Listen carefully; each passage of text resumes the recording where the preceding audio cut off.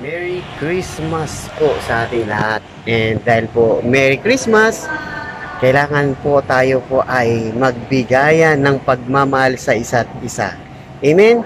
And kailangan po sundin po natin ang utos ng Diyos. Amen po ba? So ito po ang share ko po sa inyo mga kapatid. Juan 15:17. Ito nga ang utos ko sa inyo, magmahalan kayo.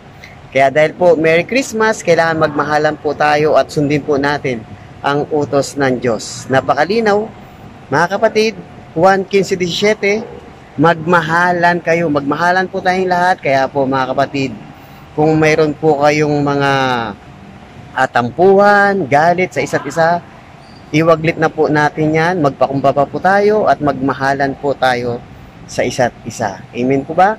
And sabi nga po doon sa Mateo 5:8, mapalad ang mga may malinis na puso sapagkat makikita nila ang Diyos. Kaya mga kapatid, ngayong Christmas po, magkaroon po tayo ng may malinis na puso. And ano pa ba mga kapatid ang sinabi ng Diyos? Santiago 4:10.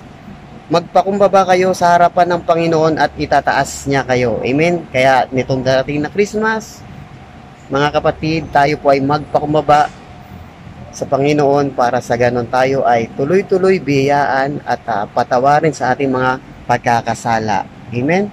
Kaya mga kapatid, dahil Christmas, magmahalan tayo. Ulitin ko po ulit, dahil Christmas po, magmahalan po tayo. Iwaglit na po natin yung galit sa isa't isa at tampuan. Mas kailangan po, laging ugalin po natin yung magpakumbaba at magmahalan. Amen po ba? Sila mga kapatid, maraming salamat and God bless po sa atin lahat. And magmahalan po tayo dahil Christmas po ngayon. Amen?